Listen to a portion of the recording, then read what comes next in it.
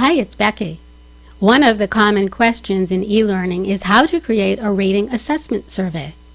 I answered this question for someone a while back and thought I'd share what I'd done with you. First, though, my inspiration came from a great Jeanette Brooks tutorial on creating magazine-style assessments. Please see the comments below this screener for that URL. So after preparing my questions, I inserted 4 shapes that indicate how fond the learner is of chocolate, 4 being very fond. And and you don't need to put these numbers on your survey if you don't want to. It's up to you, but I wanted you to see what was going on here. So 3 of these slides have already been done. I thought that we would do this one together, so I'm going to click on it. Once all the content is on the slide, I go up to Insert, Convert to Freeform, and the question that we want, the question type, is a pick one. So I'll double click to choose that. And then we need to come up to Feedback and tell Storyline that we don't want any, so that's none. And come up to Score and say the score is going to be by choice. Then we need to come in here and put those scores in. So hardly ever was one of the choices, and I'm going to give a value of 1 for that. Another choice was sometimes. I'm going to give a value of 2. Remember, I'm just picking these on my own.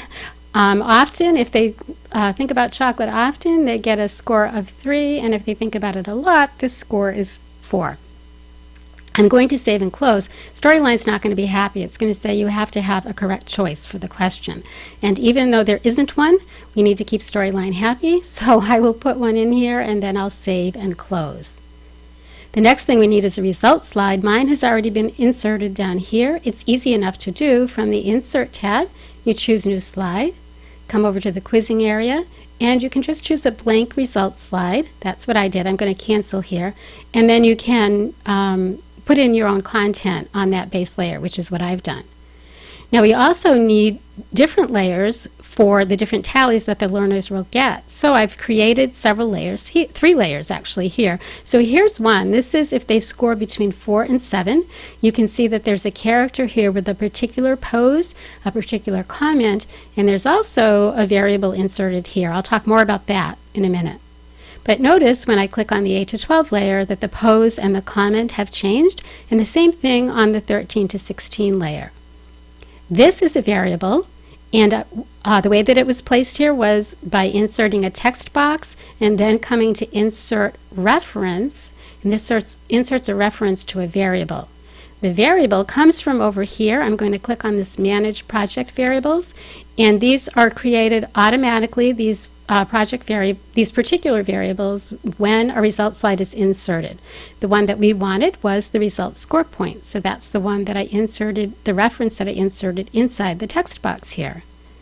The last step is to come back to the results slide, and we need a way to let Storyline know when to show which layer. So we need to add triggers.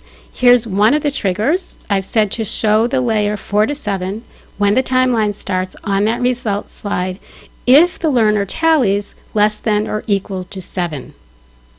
So it's on that condition, and there's 2 other triggers here on condition that they score between 8 and 12, and one more for the 13 to 16 layer. That's about it. We're going to check it out in a second, but I do want to show you that I also inserted that variable here on these slides.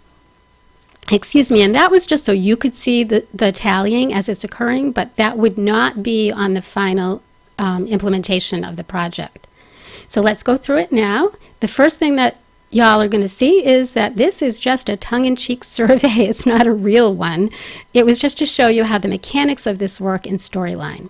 And I'm going to fill this out relatively quickly. I eat chocolate a lot during the day, so I'll submit that as my answer. When I have dessert, it's often chocolate. That's my submit. Notice that these scores are being tallied up.